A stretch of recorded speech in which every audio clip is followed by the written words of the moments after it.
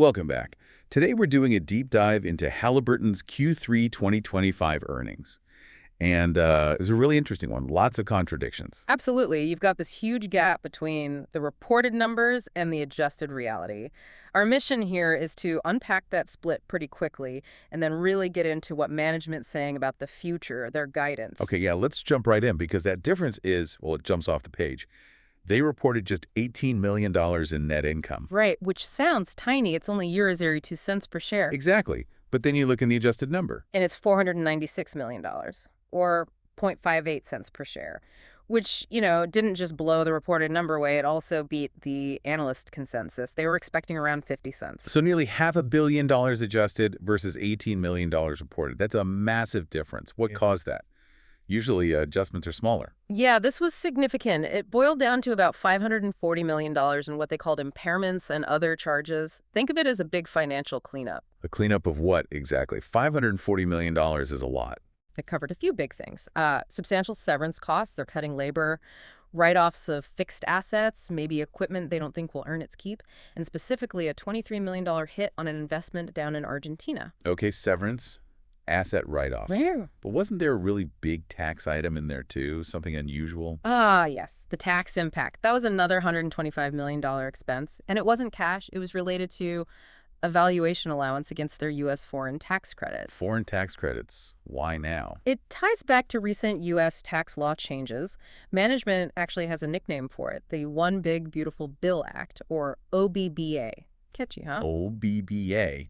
Okay, so this new law impacts how they use foreign tax credits. Essentially, yes. It changes rules around bringing foreign earnings back and using those credits. The bottom line for Halliburton is they figured they're less likely to actually use some of these accumulated credits in the future because of this OBBA law. So accounting rules say you have to recognize that potential loss now. Take the hit.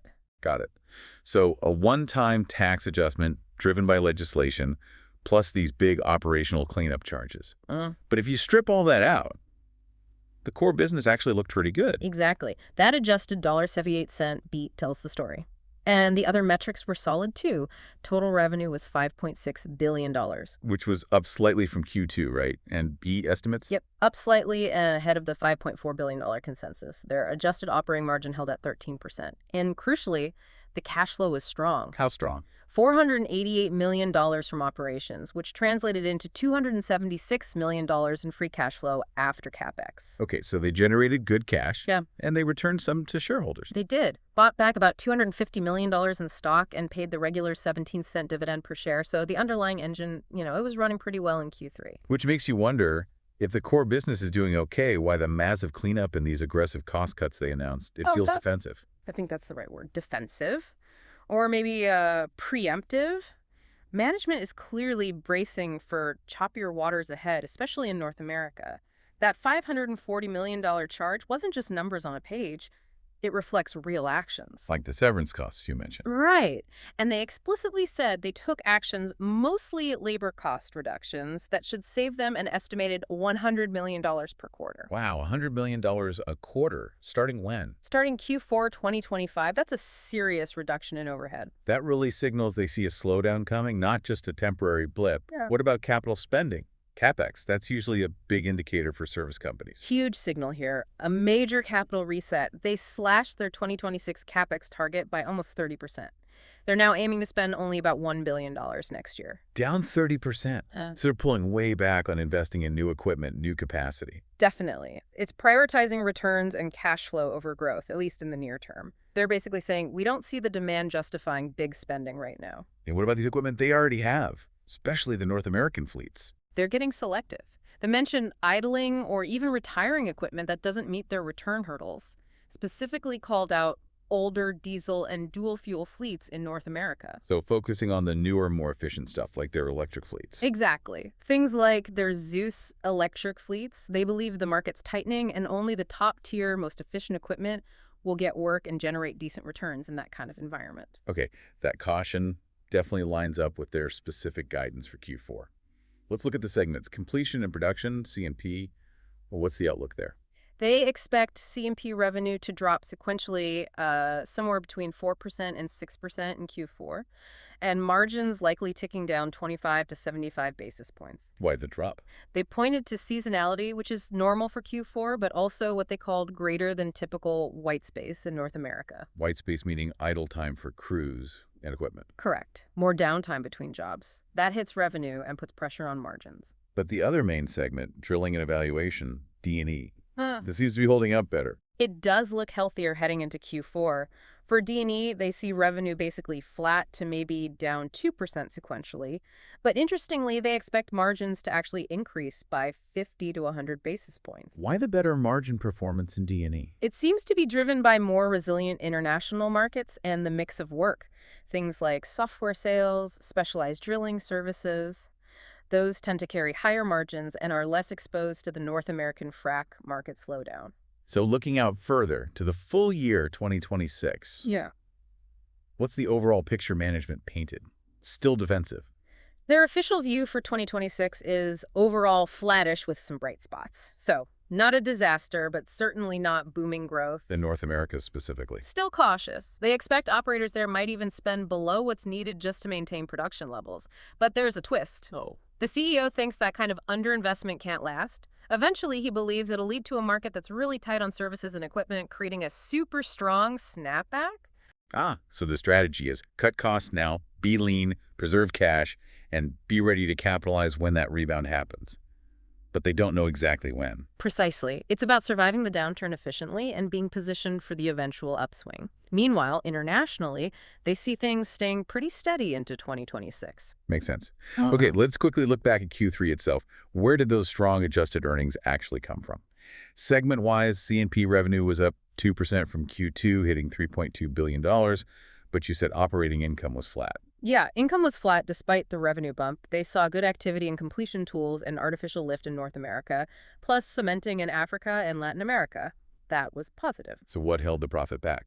The main drag was lower activity in Saudi Arabia, specifically rig reductions impacting multiple service lines. When a huge market like Saudi slows down, it definitely puts pressure on overall segment profitability. Okay, and D&E. Revenue also up 2% sequentially to $2.4 billion, but you mentioned its profitability was much better. Much better. Operating income in D&E jumped 12% compared to Q2. And that was driven by Mostly higher margin international work. They highlighted project management and wireline in Latin America, plus drilling services, and importantly, software sales in North America and the Europe-Africa region. Software is key there for margins. Geographically, North America actually did better than expected in Q3 itself, right? Revenue was up 5% sequentially. It was. Came in at $2.4 billion. Management admitted they saw less of that completions white space, less idle time than they had feared in Q3. Yeah. Activity in U.S. land and Canada held up quite well. But that strength in Q3 might be exactly why they're cutting costs so hard now, anticipating that softening in Q4 and into 26. I think that's a fair read. They saw decent activity, but maybe didn't see it lasting at that level. And international overall. Revenue was flat Q over Q at $3.2 billion.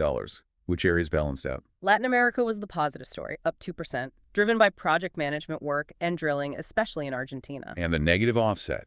As we mentioned with the segment impact, it was Middle East Asia, down 3%. And that was primarily driven by that lower activity across different services in Saudi Arabia. That's a key market to watch. Okay, now this is where things get really interesting.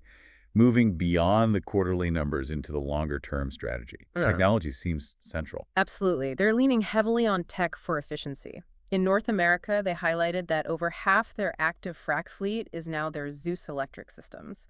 Moving away from diesel is a big part of their cost and emissions strategy. And new tools, too. Yep. They launched a new system for the Permian, the iCrew CX, designed to drill the curve and the lateral section of a well in just one run. Big efficiency gain if it works as advertised, helps operators save time and money. And that tech focus extends internationally. Definitely. They flagged a big 5-year contract win with ConocoPhillips up in the North Sea for well stimulation. What's cool there is they're converting an existing vessel into a high-tech stimulation platform using their Octave automation tech. So selling integrated automated solutions, not just pumping services. Exactly. And they also launched something called LowGX Automated Geosteering. uses machine learning, AI, to help drillers stay in the most productive rock zones in real time. Again, maximizing output, minimizing wasted drilling. Right, but the biggest strategic surprise, I think, was this VoltaGrid collaboration. This isn't oil and gas at all. No, it's a completely different direction. VoltaGrid provides distributed power generation solutions, think mobile power grids. Halliburton already owned about 20% of them. And now? Now there's a new agreement. Halliburton becomes VoltaGrid's international partner specifically to provide these distributed power solutions for data centers outside North America. Wow. Okay, data centers need massive, reliable power. But an oil field service giant jumping into the international data center power market? That's a pivot. How are they funding this? They just slashed their oil and gas CapEx. That's the crucial point. They were very clear. Any money needed for these international power projects, which Halliburton will co-invest in, will be funded separately. It's outside that new, lower $1 billion oil and gas CapEx budget. So they're ring-fencing capital, cutting back investment in the core business while allocating fresh capital, presumably from free cash flow, to this entirely new venture. Looks like it. It's a clear diversification move, funded independently. What does Halliburton bring to the table here besides money? They don't build data centers. They bring, in their words, global industrial scale. Think about it. They're experts at deploying complex, heavy equipment and managing large projects in tough environments all over the world. They have the manufacturing muscle, the logistics, the execution skills. So translating oilfield project management expertise to distributed powered infrastructure for data centers. That seems to be the idea. And they specifically mention the Middle East as a key target market initially, where data center growth and power needs are exploding. Okay, so let's wrap this up for you, the listener. It's a really stark, dual narrative from Halliburton in Q3. On one hand, strong adjusted earnings, beating expectations, good cash flow. Right, the core business performed well after adjustments. But on the other hand, you have these aggressive cost cuts, $100 million a quarter, a sharply lower CapEx plan for 2026, signaling real caution about North America, hunkering down in the core. And then, layered on top, this surprising, separately funded strategic pivot into providing power for international data centers via VoltaGrid. Exactly. Which leads to the final thought for you to mull over. These aren't just minor tweaks. You've got major cost reductions, a big CapEx reset in the traditional business, and this deliberate move to co-invest significant capital in something completely outside oil and gas. What does this signal long-term? Is it just a defensive move? Cutting back on oil field exposure during a potential slowdown while placing a side bet elsewhere? Or is it something more fundamental? Yeah. A calculated, expansive diversification. Is Halliburton signaling a longer-term shift in where it sees growth and where it will allocate capital? Moving towards being a broader, diversified industrial energy and power player, not just an oil field service company. That's the big question these moves raise heading into 2026.